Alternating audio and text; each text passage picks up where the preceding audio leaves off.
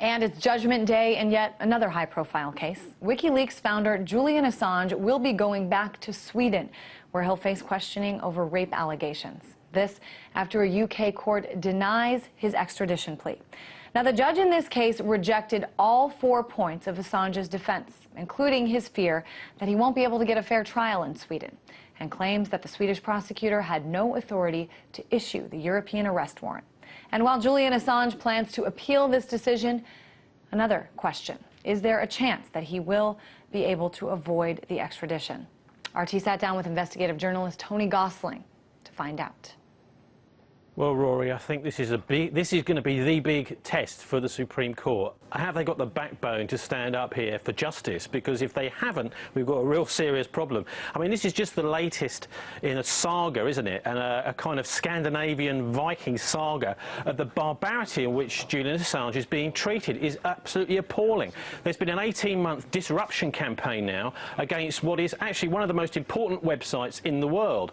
What WikiLeaks does is it was one of the most powerful tools to address corruption at the highest levels. It seems to me that there isn't any real basis for this. As we heard, there's not even been charges over in Sweden.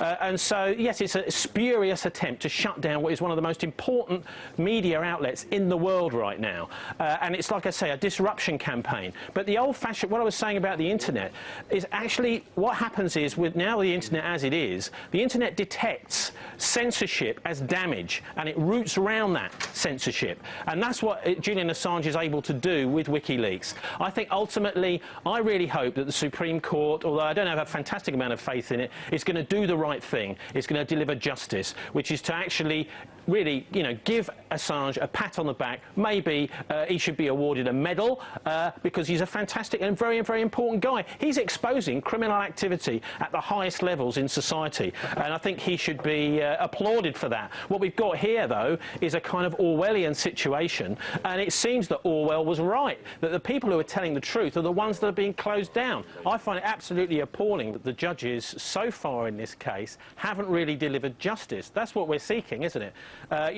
People have a real appetite for WikiLeaks-style material. Back here in Britain in the 1990s, we had a programme called The Cook Report, which was pulling 10 million listeners a night. When that was on, that programme was pulled. It was an investigative documentary series, rather like the sort of stuff that Assange is coming out with. I think it's actually appalling that it seems that because the mainstream media can't do this kind of stuff now, doesn't produce this investigative work now, that Assange is absolutely crucial. So everybody in this country, here in Britain, needs to defend him. And that was investigative journalist Tony Gosling.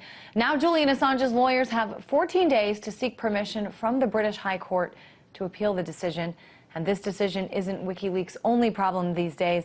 It's important to remember the website is facing crippling financial trouble and may have to shut down.